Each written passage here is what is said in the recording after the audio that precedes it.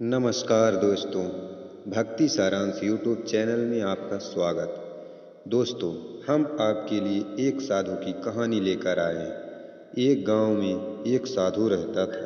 उसको परमात्मा के ऊपर बहुत ही प्रेम था। वह हरदम भगवान की भक्ति में लीन रहता था। वह साधु की इतनी बड़ी महिमा थी कि जब भी वह साधु उस गांव में नाचता था तभी बारिश होने लगती थी। उस गांव में कभी भी पानी की संकट नहीं हुआ करता था। जब भी गांव के लोगों को लगता था कि पानी की कमी होने वाली है, तब सभी लोग जाकर साधु जी से नाचने के लिए बातें करते थे और वे जब नाचते तो बारिश जरूर होती थी। उस साधु से गांव के लोग बहुत ही प्रसन्न थे।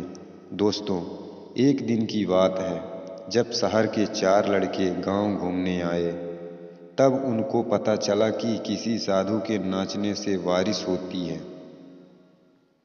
शहरी पढ़ाई के घमंड में उन्होंने यकीन नहीं किया। चारों ने विचार बनाया, क्यों ना इस साधु से मिलना चाहिए।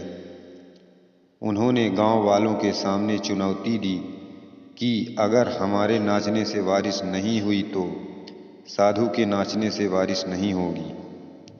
दोस्तों, अगले दिन सुबह सुबह गांव वाले चारों लड़कों को लेकर साधु की कुटिया में पहुंचे।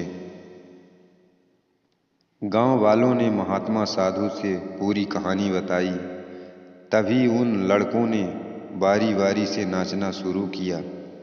पहला लड़का नाचना शुरू किया, फिर वो थक कर बैठ गया। फिर भी आसमान में बादल नहीं दिखे।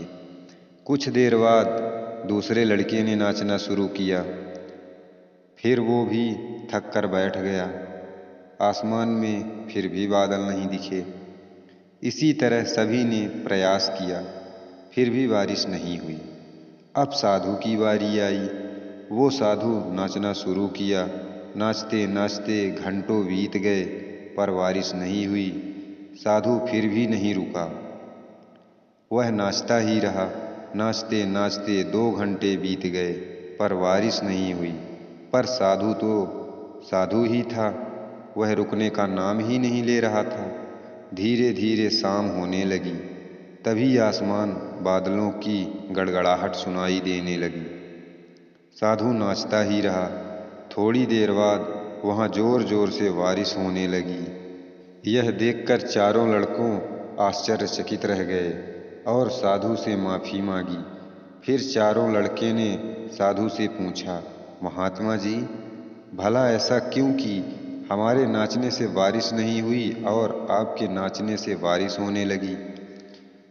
साधु ने उन लड़कों को जवाब दिया, जब मैं नाचता हूँ तो 2 बातों का ध्यान रखता हूँ।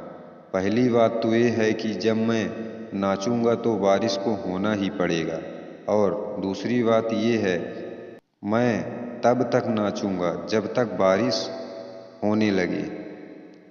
दोस्तों, सफलता पाने वाले में भी यही गुण होना चाहिए कि जिस काम में लग जाए उस काम को सफल होने का पूरा भरोसा होना चाहिए। इसलिए अगर हमें सफलता हासिल करनी है तो इस साधु की तरह ही लक्ष्य बनाकर ही चलना होगा। दोस्तों, इस कहानी के माध्यम से यही सीख मिलती है कि प्रयास करने से सफलता तो हासिल होती है। कठिन से कठिन काम को दृढ़ निश्चय करके सफलता प्राप्त की जा सकती है। जय श्री कृष्ण। राधे राधे।